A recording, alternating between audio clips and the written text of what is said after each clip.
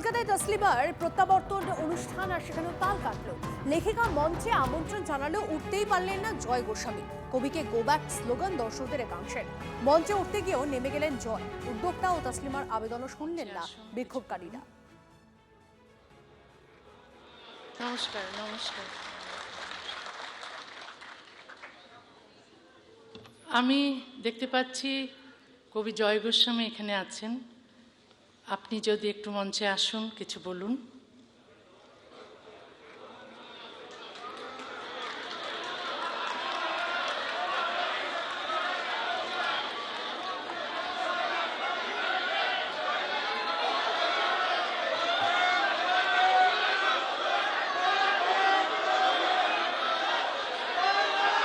আরে আমরা তো জারের শাসনে নেই, এই যে বললাম ভরসা ইন হয়েছে, আমরা তো জারের শাসনে নেই। বিরুদ্ধ মত আমাদের শুনতে হবে। আর দিদি যেখানে বলেছেন, দাঁড়ান, দিদি যেখানে বলেছেন সেখানে কোনো কথা হবে না, কোনো কথা হবে না। বসুন আপনারা, দিদি যখন বলেছেন কোনো কথা হবে না, প্লিজ।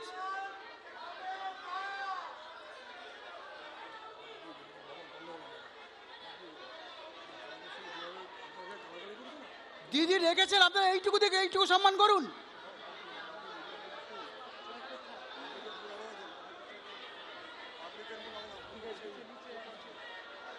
এটা ঠিক যে যারা এর বিরোধিতা ওনাকে তাড়ানোর পক্ষে ছিল বা তাড়ানোর বিরোধিতা করেনি, এরকম সাহিত্যিকদেরকে কেন সম্মান দেওয়া হবে? তার মঞ্চে তো সম্মান দেওয়ার উচিত নয়। তাই জনতার থেকে স্বাভাবিকভাবে প্রতিবাদ এসেছে। কারণ এই যে সেকুলারিজমের নামে যারা বড় কথা বলতো বাঙালির নামে, তারা এই বাঙালি তসলিমা কি বাঙালি নন?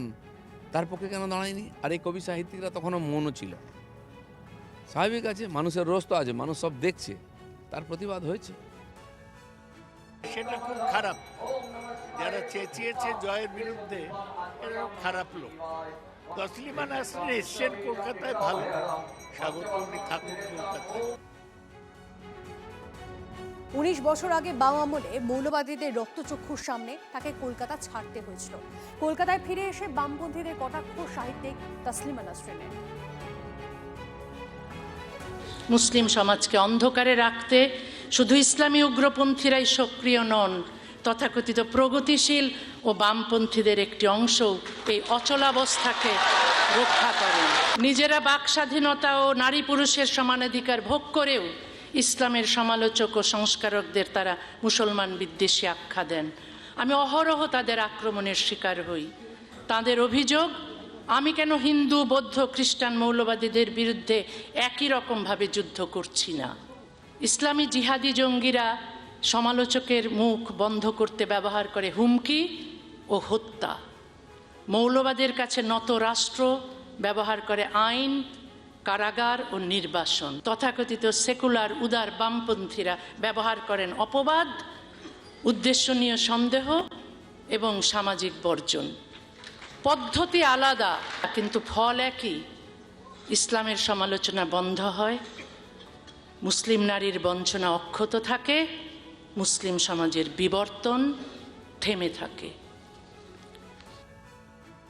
সিপিএম বলুন, বুদ্ধবাবুর সরকার বলুন, জ্যোতিবাবুর সরকার বলুন, মমতা ব্যানার্জির সরকার বলুন, তারা মুসলিমকে নিয়ে তোষণের রাজনীতি করেছে, তারা ভোট ব্যাংকের পলিটিক্স করেছে। কিন্তু একজন মহিলা যে অন্যায়ের প্রতিবাদ করেছে সব সময়তে, প্রথম দিন থেকে শেষ দিন অবধি তার স্ট্যান্ড থেকে সরেননি, তার পাশে কিন্তু তারা দাঁড়ায়নি।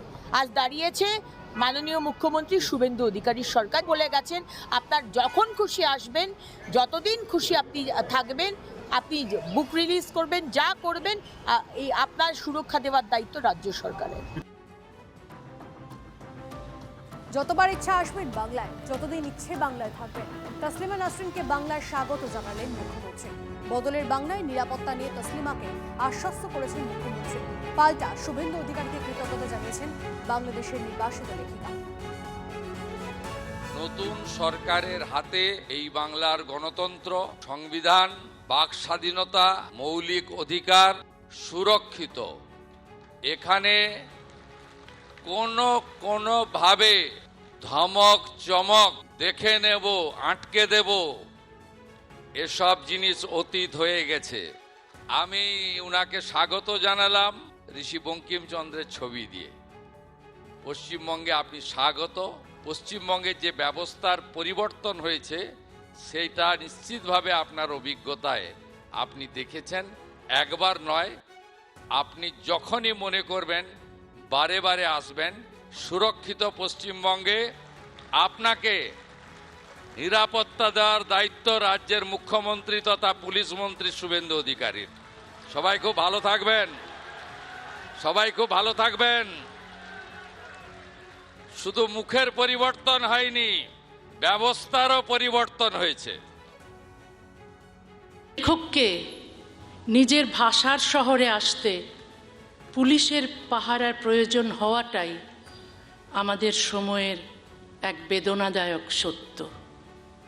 লেখকের জীবন রক্ষা করা শুধু একজন মানুষকে রক্ষা করা নয়, তার কথা বলার অধিকার, ভিন্ন মত প্রকাশের অধিকার এবং কলমের স্বাধীনতাকেও রক্ষা করা। আমি এমন একটা দিনের স্বপ্ন দেখি যেদিন কোনো লেখককে তার লেখার জন্য পুলিশের পাহারায় চলতে হবে না, কোনো মুক্ত চিন্তককে সত্য উচ্চারণের অপরাধে দেশ ত্যাগ করতে হবে না। আমার নিরাপত্তার দায়িত্ব নেওয়ার জন্য মাননীয় মুখ্যমন্ত্রী ও পশ্চিমবঙ্গ সরকারের প্রতি আমি আন্তরিকভাবে আবারও কৃতজ্ঞ।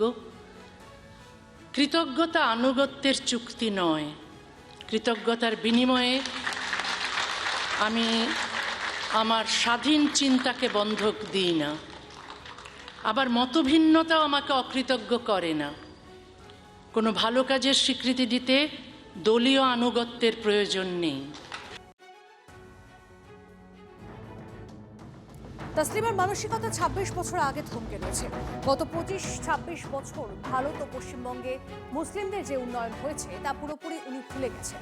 সংখ্যালঘু উন্নয়ন নিয়ে মন্তব্যের প্রেক্ষিতে বাংলাদেশি লেখিকাকে আক্রমণ করলেন বন্দ্যোপাধ্যায়। আমার যেটা মনে হয়েছে যে উনি এখনো তার মানসিকতায় ২৬ বছর আগে পড়ে রয়েছে। এই গত ২৫-২৬ বছরে ভারতবর্ষে তথা পশ্চিমবঙ্গে যে উন্নয়নটা হয়েছে মাইনরিটি সেকশনের জন্য, সেটা কমপ্লিটলি